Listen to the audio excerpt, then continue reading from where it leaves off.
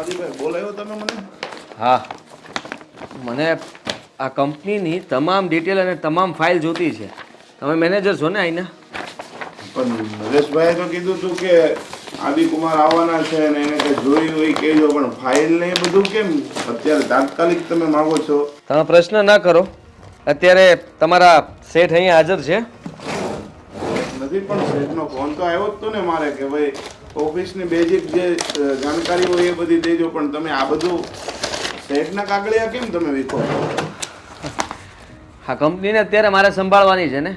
એમની તબિયત ખરાબ છે એટલે એ 5-1 મહિના તો નહીં જ આવી શકે. એનાથી વધારે ન આવી શકે તો ના ન કહેવાય. અને કદાચ ન પણ આવે હવે તો કંપની વિશે બધું જ જાણવું પડશે ને મારે, કે કંપનીમાં ચાલી શું રહ્યું છે.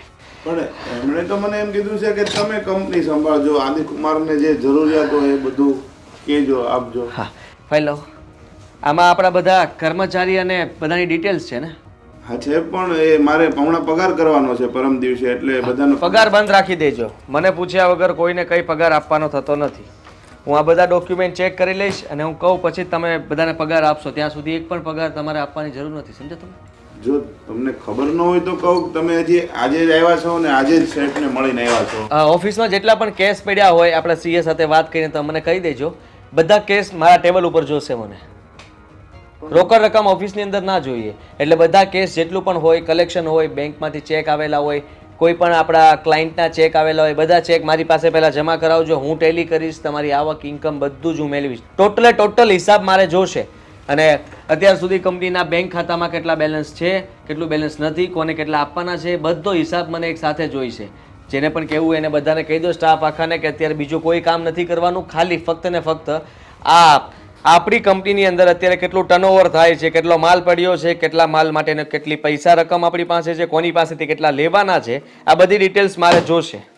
પણ તમે આવતા વેળ ડાયરેક્ટ આ પૈસાનું કેમ લેવા માંડ્યા છો કે કેટલા છે, કોની પાસે કેટલા છે, કોઈને પગાર નથી દેવો? આમ તો આ કંપનીને તાળું દેવું પડશે એક વખત યાર. કેવી વાત કરો છો?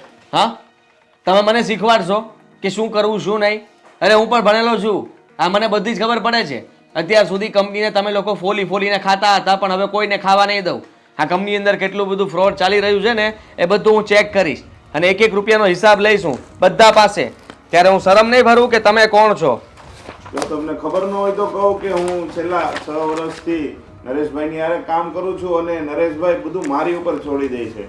તમે આવી રીતના કહો છો કે તમે ખોલીને ખાઓ છો, તો થોડુંક બોલવામાં ધ્યાન રાખો તો સારી વાત છે, નહીંતર મારે નરેશભાઈને વાત કરવી પડશે. કોઈને કઈ વાત કરવાની જરૂર નથી, નકર આજ જ નોકરીમાંથી કાઢી મૂકીશ ને. એ મારા સસુરજી છે, મારી વાત પહેલા માનશે. તમે ભલે અહીંયા 6 વર્ષથી કામ કરતા હોય. હા, સમજી ગયા તમે? જાઓ, કામ પર લાગો, જાઓ. પણ આજનો પગાર કોઈને કઈ પગાર નથી આપવાનો જ્યાં સુધી હું કહું ત્યાં સુધી. પગાર કોઈને નથી આપવાનો. બધાનો પગાર અત્યારે પેન્ડિંગ રહેવા દો. બધા સાથે હું વાત કરી લઈશ. ને તમે ફોન લગાવવાની હિંમત બિલકુલ નહીં કરતા. મારા સસુરજીએ ચોખ્ખી ના પાડી છે ને મને કહ્યું છે કે કંપનીનો તમામ વહીવટ તમે કરશો, તમને જેમ યોગ્ય લાગે એમ કરી શકો છો. એટલે પૂછવું હોય તો પૂછી લ્યો કે બધી ઓથોરિટી મને આપી છે કે નહીં. અને જો હા પાડે તો એટલું યાદ રાખજો, તમારી નોકરી જશે.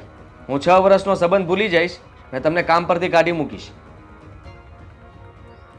ના તો હું તમે કહો છો તો ફોન નથી કરતો, હા. પણ આ જે તમે કરી રહ્યા છો એ બરાબર નથી. હું કંપનીના મેનેજર તરીકે તમને કહું છું, ખોટું આપણા બધા કર્મચારીઓ એક થઈ જશે ને તો તકલીફ પડશે. આપણે ટાઈમે પગાર આપવો પડે. મારે જોવાનું છે ને. હા, આ કર્મચારીઓ હડતાલ કરશે, એને કાઢી મૂકીશ, બધાને નવા લાવીશ. આ કંપનીને ટોપ પર લઈ જવાનો છું. તમે આજ સુધી ક્યારેય વિચાર્યું નહીં હોય ને એવું કામ થશે. અને કંપનીમાં બધા દોડીને કામ કરશે અને મને સલામ કરશે. તમે જઈ શકો છો અને ફટાફટ બધાને કહી દો મારે ટેબલ ઉપર બધી ડિટેલ્સ જોઈએ છે. જાઓ. કંપની ટોપ ઉપર ત્યારે જાય કે આપણા કર્મચારીઓ દિલ લઈને કામ કરતા હોય. હવે આવી રીતના તમે કર્મચારીઓને હેરાન કરો, પગાર ના આપો, એમનો પગાર છે એ લઈ લો, તો એ થોડા દિલ દઈને કામ કરશે. અરે બસ હવે કેટલી બકવાસ કરશો? મેનેજર છો તો મેનેજર રહીને બનો ને. હું તમને કામ સોંપું છું એ કામ કરો ને. જાઓ ને ભાઈ. મારા થોડા જરૂરી ડોક્યુમેન્ટ છે એ હું ચેક કરીને પછી ફાઇલ આપીશ. જાઓ.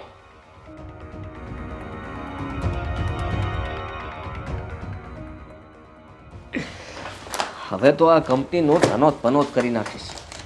ફૈબાએ મને કહ્યું છે ને કે આ બધી કંપનીને આ કાગળિયા જોઈ ચેક કરીને બધું તું છે ને સરખું કરી નાખજે. આ કોઈ વસ્તુ બાકી નહીં મૂકું. અત્યાર સુધીનો 1 રૂપિયાનો હિસાબ એ લોકોને નહીં મળે. બધું જ ગોટાળે ચડાવી દઈશ. સમા સાધના કેવી રીતે કરવી, સમા માંગવા અને આપવાની ઉત્તમ રીત, ક્ષમા માણસોનો આંતરિક ગુણ છે. અને પછી પાછી બીજી સુપર ઓવર નખાણી અને એમાં ભારત ક્ષમા હૃદયના ઉડાણમાંથી ઉઠતો ભાવ છે. કોઈને સોરી બોલીને નીકળી ગયા કે મનમાં ને મનમાં પોતાની ભૂલનું મહેસૂસ કરીને ચૂપ રહ્યા. આ યોગ્ય રીતે ક્ષમા માંગવી ન થઈ. ક્રિકેટમાંથી અકાલ પટેલ અને સૌરવ કેપ હું વાંચતી હતી ને તે હું આયા કે આયા હું ઘેટા સારતો હતો. ના ના ઘેટા નતો ચાલતા. હા, અંગ્રેજીનું પેપર, એમાં ગુજરાતી કોણ વાંચે? આજે હું ઈ જ કહું છું, તને વંચાતું તું ત્યાં ગુજરાતીમાં હતું તો મનમાં વંચાય ને. મને આમાં નહોતી કઈ ટપો પડતો તોય મારે પરેણે પરેણે વાંચવું પડતું હતું. તો તમને કોણે કહ્યું કે આ અંગ્રેજી પેપર મંગાવો? હા, આ ફેશનની દુનિયામાં તમને બહુ ફેશન ઉપડ્યા છે અને મારે તો તમને સંભળાવું તું કે સમા સાધના કેવી રીતે કરવી. આજે પણ મનમાં વંચાય ને શાંતિથી વંચાય આવી રીતે આ ઘોઘાટા શું કહેવાય ને? હા હા ઘોઘાટ. હા, ના ના તમે બોલતા હતા ત્યારે તો સ્વર નીકળતા હતા, લોકોને સાંભળવું ગમે એવું હતું નહીં? આપણે તું સ્ટાર્ટ કરી બોલવાનું એટલે મેં સ્ટાર્ટ કર્યો. વાહ વાહ વાહ વાહ વાહ, હું કરું એ બધું જ તમારે કરવું છે. હલો, હા બોલો બોલો મહેશભાઈ. હે હું વાત કરો છો? હોય નહીં, ચેક બાઉન્સ થયો એટલે અને પેલા સંજયભાઈનો ચેક બાઉન્સ થયો હતો. અરે તો કઈ મિસ્ટેક હોય, સાઇન બાઇનમાં કઈક મિસ્ટેક હોય, એવું કઈ નથી. આટલા સમયથી ચાલે છે ને તમે મને આજે વાત કરો છો? મારા મેનેજરને ન કહેવાય, તમારા પ્રદીપભાઈને? અરે એ શું? ઓહો, એવું વાત છે. હા ચાલો, હું તપાસ કરીને કહો. અને તમે આમ જો ટેન્શન નહીં લેતા, તમારું બધું પેમેન્ટ ચૂકતા થઈ જાય. હા નહીં નહીં, સારું થયું તમે મને જાણ કરી, નહીંતર મને કેમ ખબર પડે. Okay okay. હા, શું થયું? ચેક બાઉન્સ થાય છે જે પાર્ટીના પે, અને એણે તો એમ કીધું કે ઘણાના ચેક બાઉન્સ થયા છે, કારણ કે એકબીજાને ઓળખતા જ હોય. હા હા, તો આવું શું કામ થાય છે? હમણાં થોડા દિવસ પહેલા પણ તમને ફોન આવ્યો હતો. હા, ત્રીજી વાર આવ્યો ને આ મહિનામાં ફોન. તો આવું થવાનું કારણ? અને આ મહેશભાઈ તો મારો ખાસ મિત્ર છે. આમ મારી પાર્ટી મારી પાસેથી માલ લે છે અને આમ બધું મારું ફેક્ટરી બધું એને ખબર જ હોય. અને એ કહે કે તમારો ફેક્ટરીમાં પણ બધા કારીગરો.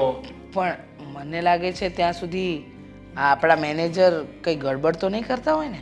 અરે ના રે ના, મેનેજર તો આપણો વિશ્વાસુ માણસ છે અને લગભગ કેટલા 6-7 વર્ષ થઈ આપણી ભેગો કામ કરે છે અને ક્યારેય એના મનમાં એવું ક્યારેય આવે જ નહીં.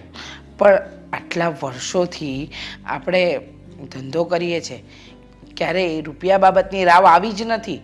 તો આવી રાવ આવી કેમ?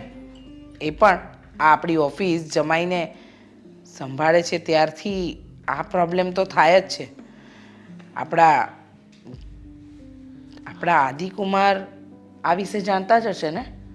હા, તો આદિકુમાર જ બધા ચેકમાં બધા એ સાઇન કરે છે ને. હું તો ત્યાં ઓફિસે જ જાઉં છું. બધું મેં તો નિવૃત્તિ લઈ લીધી, બધું એને કામ મેં સોંપી દીધું અને પછી આપણું નામ ખરાબ થાય છે. એ જ તો કહું છું કે આવું ન થવું જોઈએ. આજ સુધી આપણી કોઈ પાર્ટીના તમે રૂપિયા બાકી નથી રાખ્યા કે નથી તમારું નામ માર્કેટમાં એ રીતે ખરાબ. તો આ આદિકુમાર કરે છે શું? હું તો તમને ના જ પાડતી હતી, કહેતી હતી કે આ ભલે બીમાર તો બીમાર, પણ થોડું થોડું ઓફિસે જવાનું રાખો. એ બધું જમાઈને ન સોંપી દો. પણ તમે મારી એક વાત ન માન્યા. પણ હજી મને વાત તો જાણવા દે. હું આપણા મેનેજર પ્રદીપને મળીશ, પછી આ આદિત્ય કુમારને મળીશ. શું છે વાત, કેમ છે બધું જાણું, પછી આપણે આદિત્ય ઉપર દોષ નખાય ને. એમણે થોડો આપણે દોષ નખાય. અને એમણે મેં એને ઓફિસ નથી આપી, એ વિશ્વાસુ છે અને આપણો જમાય છે અને હોશિયાર છે, બધી રીતે સારા વ્યક્તિ છે, એટલે મેં એને બધા ઓફિસનો કારભાર એટલે એને સોંપ્યો છે. હા, વાત સાચી છે તમારી, પણ હોશિયાર અને જમાઈ હોવાથી કંઈ બધું ન સોંપી દેવાય. અત્યારે આપણે એમ જોવા જઈએ ને તો ભૂલ જ કરી છે. આ 1 મહિનામાં 3 વાર તો તમને ચેક બાઉન્સના ફોન આવી ગયા. હવે આગળ ભગવાન જાણે શું થશે. ઓફિસમાં ગોટાળા પણ બહુ થાય છે. મારો તો હવે જીવ બેચેન થાય છે. કામ કરવું એને આજે જ બોલાવું, આદિત્ય કુમાર અહીંયા ઘરે જ બોલાવું. બોલાવી લ્યો.